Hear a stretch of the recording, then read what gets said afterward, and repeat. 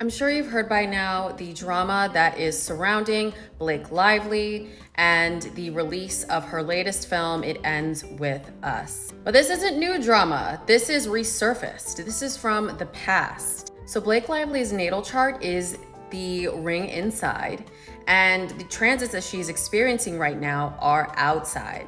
Blake Lively is a Leo rising with a Virgo sun that rules over her chart. So Virgo is extremely important in her life. And she is a Virgo moon, but she also has Mercury, Venus, and Mars all in Virgo. So she is a super Virgo. And right now we are experiencing Mercury Retrograde. And what does Mercury rule? Mercury rules over communication, how we articulate ourselves. It also can represent the media and the written word. And Mercury has been in both the signs Virgo and Leo during its recent cycle. And we also are in Leo season right now. So her rising is getting activated and all of those planets that she has in Virgo. And it's bringing back past conversations, how she's articulated herself, how she's handled fans, how she's handled the media, and this is all coming back around for her to face. I also want to mention the conjunction between Black Moon Lilith and Venus in the sign of Virgo as well. So this is activating all of her Virgo energy and is bringing power struggles, demonization over what she said, how she articulates herself. She may feel like there's a magnifying glass on her in how she comes off to other people. And it's also in the area of her money, how she monetizes her talents and her self-worth. So right now, people are really taking a look at her career and how she is acting and how she is quite literally acting and how she is also handling the press and the media and her colleagues in her everyday career. So even though I can totally talk about this all day, I want to mention one more facet of her chart that is triggering this time right now. So I also want to mention one more aspect that is extremely important during this time and is dredging all of this up from the past.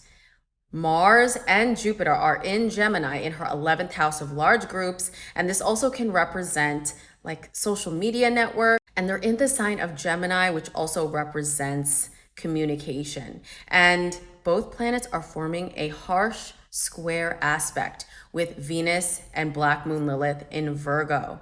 So that is astrologically representing all of the backlash online, in the media, from her fans, that she is receiving for the way that she was communicating in the past and how she is currently promoting her movie right now. So now I want to talk about what Blake can expect. Let's make a little predictions. So let's look to the future a little bit and what can Blake expect? So definitely after this Mercury retrograde ends, and it officially ends on August 28th, and the shadow period ends on September 12th, she will start to feel this backlash subside. So in December, her nodal return will be exact. And this happens every 19 years where the north and south nodes of the moon come back to the place it was when you were born. And this is our life path. This is what we must let go of in this lifetime from past life patterns and patterns that are draining us, and what we should move towards in order to elevate and connect with our higher selves. Blake Lively's North Node is in Aries, and this is in her 8th house of transformation. So she is going to, in December, go through a major transformation of self. And this could be around how she monetizes her talents, how she earns income. There also could be changes in her marriage. The 8th house rules over shared resources and what we share when we are in a contract like marriage.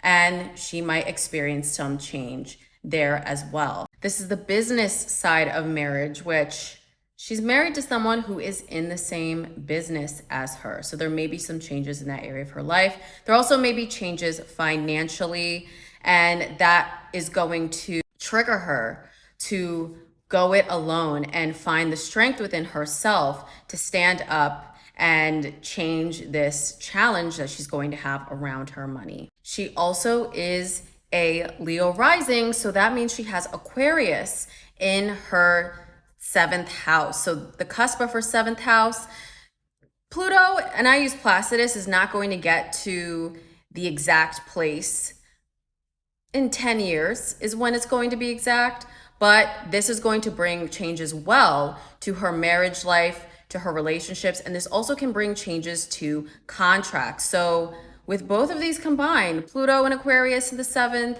and the North Node in Aries, there is going to start to be a breaking down and complete overhaul and transformation of those areas of life for her within her marriage and within the business side of what she does for a living and who she partners with.